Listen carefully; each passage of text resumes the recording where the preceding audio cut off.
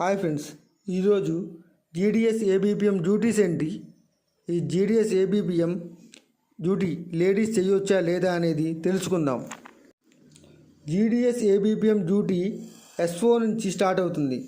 S O అంటే sub office, branch ఆఫీస్కి head. ఈ సబ్ ఆఫీస్ అనేది ఈ బీఓకి సంబంధించిన లెటర్స్ అన్నీ ఎస్ఓకి వస్తాయి.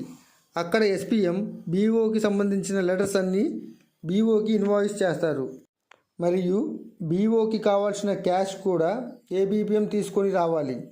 బీఓ బ్యాగ్స్ అయిన తర్వాత ఎస్ఓ నుంచి బీఓకి బ్యాగ్స్ తీసుకొని ఏబిపిఎం రావాలి. బీఓకి వచ్చాక బ్యాగ్ బీపీఎంకి హ్యాండ్ ఓవర్ చేయాలి. తర్వాత ఆ రోజు బీఓకి వచ్చిన లెటర్స్ అన్నీ ఇన్వాయిస్ చేసుకోవాలి బీపీఎం దగ్గర ఉన్న డివైస్లో. తరువాత లెటర్స్ తీసుకొని ఏబిపిఎం ఊర్లోకి వెళ్ళి లెటర్స్ ఇవ్వాలి. అది అయిన తర్వాత బీఓ నుంచి డైలీ అకౌంట్ తీసుకొని ఎస్ఓకి వెళ్ళాలి. ఇది ఏబిపిఎం యొక్క డ్యూటీ మెయిన్గా.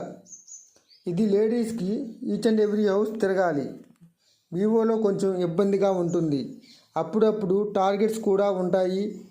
మళ్ళీ మీటింగ్స్ కూడా అటెండ్ అవ్వాల్సి ఉంటుంది.